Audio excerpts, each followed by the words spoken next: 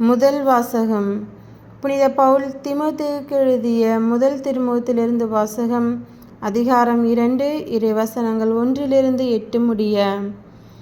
அனைவருக்காகவும் மன்றாடுங்கள், இறைவனிடம் வேண்டுங்கள், பரிந்து பேசுங்கள், நன்றி செலுத்துங்கள். முதலில் நான் உங்களுக்கு தரும் அறிவுரை இதுவே: இறைப்பற்றும் கண்ணியமும் நிறைந்தவர்களாய் தொல்லையின்றி அமைதியோடு வாழ அரசர்களுக்காகவும் உயர்நிலையிலுள்ள எல்லா மனிதர்களுக்காகவும் மன்றாடுங்கள். இதுவே நம் மீட்பராகிய கடவுளின் முன் சிறந்ததும் ஏற்புடையதுமாகும்.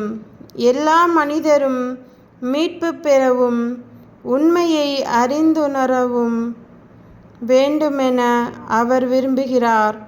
ஏனெனில் கடவுள் ஒருவரே, கடவுளுக்கும் மனிதருக்கும் இடையே இணைப்பாளரும் ஒருவரே.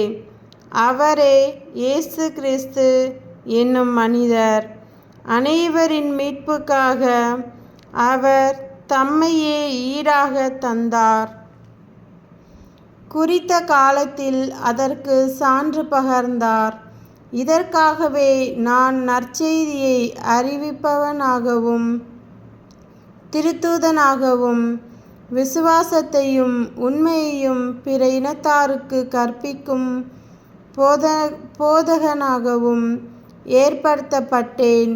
நான் சொல்வது உண்மையே, பொய் அல்ல. எனவே ஆண்கள் சினமும் சொற்பூசலும் இன்றி எவ்விடத்திலும் தூய உள்ளத்தோடு கைகளை உயர்த்தி இறைவேண்டல் செய்யுமாறு விரும்புகிறேன்.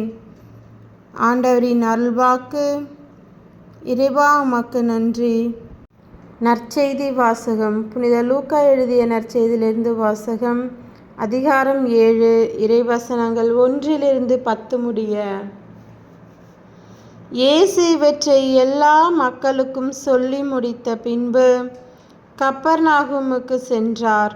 அங்கே நூற்றுவர் தலைவர் ஒருவரின் பணியாளர் ஒருவர் நோயுற்று சாகும் தருவாயில் இருந்தார். அவர் மீது தலைவர் மதிப்பு வைத்திருந்தார். அவர் இயேசுவை பற்றி கேள்விப்பட்டு யூதரின் மூப்பர்களை அவரிடம் அனுப்பி தம் பணியாளரை காப்பாற்ற வருமாறு வேண்டினார். அவர்கள் இயேசுவிடம் வந்து, நீர் இவ்வுதவி செய்வதற்கு அவர் தகுதியுள்ளவரே.